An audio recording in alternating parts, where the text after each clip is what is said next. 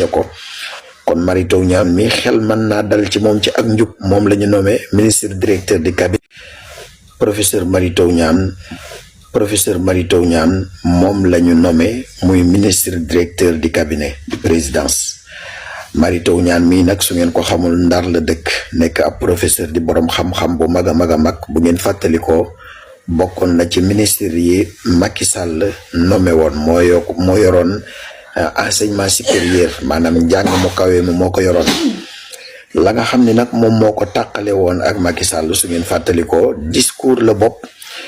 la maanaam daal ma nga tàmbalee ci discours bu mu yëkkati woon wax ne moom Mary Teuw Niane mënta comprendre ab ministre